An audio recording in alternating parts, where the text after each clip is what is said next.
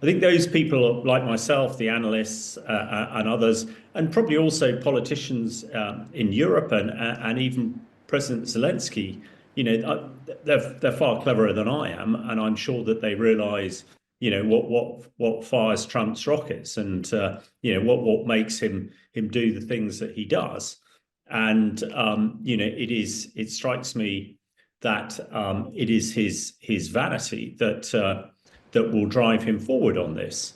But there is there is some real danger to this as well, because and we know he's just sent his Ukraine envoy Steve Witkoff to Moscow, and he is having a meeting with Putin today. And apparently, the message is we need a peace this month, April, and that is sort of slightly open-ended. And I think the real concern is if Trump, just for his desire, his overriding desire to win this Nobel Peace Prize, creates a peace in Ukraine, and he has the ability to do that, that is more to the advantage of President Putin than President Zelensky and Europe, then that could be really dangerous. I thought the question would be, when has Trump had enough? I think Trump will keep on going without a shadow of a doubt. I don't. He says he's frustrated and angry with Putin, but he needs Putin to come to the peace table to negotiate a ceasefire. If Putin's not prepared to do that, then there's very little, I think, that President Trump can do, apart from attack Russia itself, which is just not going to happen. I am hoping that Steve Witkoff is telling Putin that if he doesn't come to the peace table, sanctions, first of all, will be put in place, and Russia so much relies on its sale of hydrocarbons to keep its war machine going. And with the drop in oil prices at the moment, that is a concern. People seem to think that Russia can run on thin air and keep on producing things. It just can't. Most of the people in Russia are desperately poor and starving. In fact, the only rich people are the soldiers, because if you go and fight on the front line, your pay is way above the sort of basic living wage. So generally, people are really feeling the pinch here.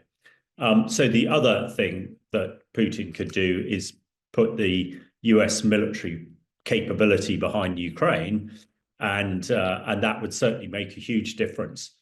But I expect, Putin's also looking west at the moment and seeing how galvanized the European military capability is and how it's coming together, and realizes that actually Europe vastly overmatches Russia itself as well. So with all these pressures developing at the moment, let's hope that Trump is actually smart enough to bring Putin to the table. But as far as running out of patience with him, I don't think that's going to happen anytime soon. We know how fixated Trump is by the Nobel Peace Prize. It was a key part of his first tenure as president. He talked about it a lot. He kept telling people he'd never win it for a whole host of reasons. But behind the scenes, a lot of his close aides and others and people who knew him well actually said that this was an overwhelmingly important thing to him. So, and I think he felt he should have won it the first time round. And a number of US presidents, most recently Barack Obama, won the Nobel Peace Prize. And, Trump is a very, very vain man, and likes to, he really sees himself as a sort of global emperor, king of the world type of thing. And to have the accolade of the Nobel Peace Prize, which is synonymous with great acts of statesmanship, diplomacy, and political acumen, strikes me exactly what Trump is after. Now, at the moment, we have a world in turmoil. financially, some of it created by Trump himself. But also, there is, as the leader of the only military superpower in the world, he has the potential to create peace where there is currently conflict. And I suppose the most pressing area that is required peace is in Ukraine, in Europe. So speaking to Putin, absolutely, if he can convince Putin to agree to a ceasefire and peace deal, which Putin has said he would do, but of course reneges every time that a deal comes close.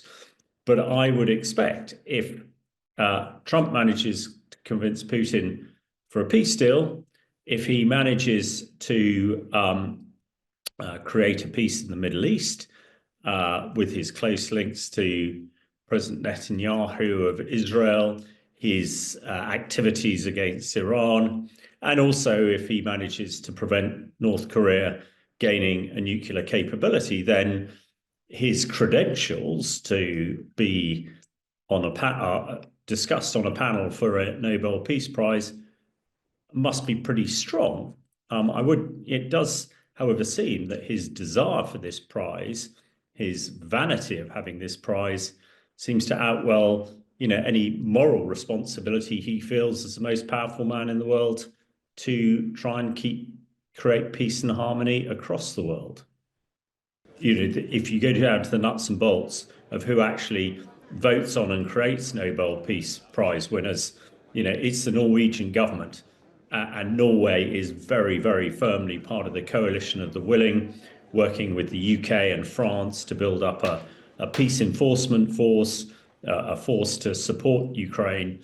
So the people who he wants to give him this prize are actually absolutely on the side of Ukraine and Europe. So any deal that Trump might do that favors Russia rather than Europe will be completely counterproductive. But if he's just looking for a figures and numbers game, peace in Ukraine, peace in the Middle East and elsewhere, then he might overlook that point.